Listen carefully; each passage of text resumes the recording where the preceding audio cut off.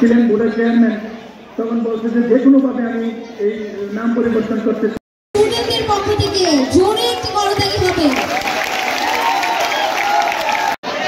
একটা জোরে করতালি হবে। আমি দেখতে পাচ্ছি আমাদের ছাত্রছাত্রী যারা আছেন বিভিন্ন স্কুল, আমি উদ্দেশ্য করে বলছি আপনারা কিন্তু আসার সময় সবাই একটি রজনীগন্ধা ফুল পেয়েছে, স্মৃতি হয়ে থাকবে। সবার একসাথে হাত আমি দেখতে চাই। হেডমাস্টার মাজিগাসা মাওলানা এমএম হাই স্কুল।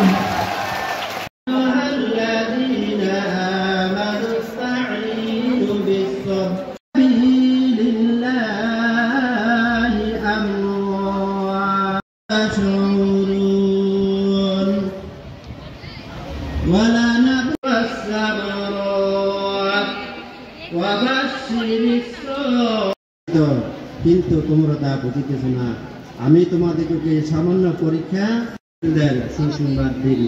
সাদাকাল্লাহুল আযীম।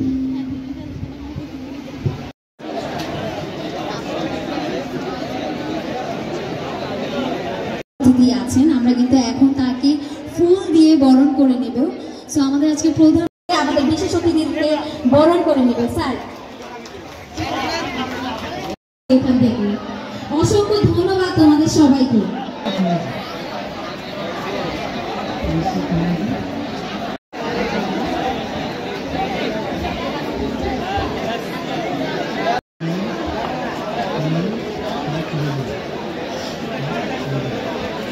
বাংলাদেশের মেধাবান শিক্ষক শিক্ষাবিদরা রয়েছেন, তাদেরকে নিয়ে বর্তমান বিশ্বায়নের যুগে শিক্ষা ব্যবস্থাকে প্রতিযোগিতামূলকভাবে করে নেওয়া, বাস্তবমুখী কর্মমুখী শিক্ষা ব্যবস্থা কিভাবে প্রণয়ন করা যায়, কিভাবে ভবিষ্যৎ বাংলাদেশকে প্রস্তুতি নেওয়া যায়, কিভাবে এই জেনারেশন জি, জেনারেশন আলফাকে আমরা ভবিষ্যৎ চ্যালেঞ্জের মোকাবেলা করতে পারি, সেই জন্য এই ERI আমরা সেগুলির বাস্তবসম্মত চিন্তা ধারণা সেমিনার সিম্পোজিয়ামের মধ্য দিয়ে আমরা সরকারকে এবং জাতিকে আমরা অনেক কিছু বলার চেষ্টা করি, সাজেশন দেওয়ার চেষ্টা করি।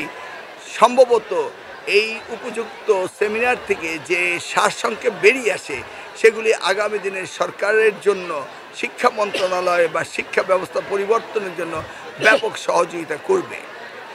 আপনারা দেখেছেন ইতিপূর্বে নকল প্রতিরোধ করা হয়েছিল। ইতিমধ্যেই বিগত সরকারের সময় সারা বাংলাদেশে নকলে আবার আচ্ছাদিত হয়ে গিয়েছিল। সেই জায়গা থেকে বর্তমান সরকার আসার পরে দেশে নকল প্রতিযোগিতা কমে গিয়েছে এবং সেই কারণে লেখাপড়ার অনেকটা ধস নেমেছে।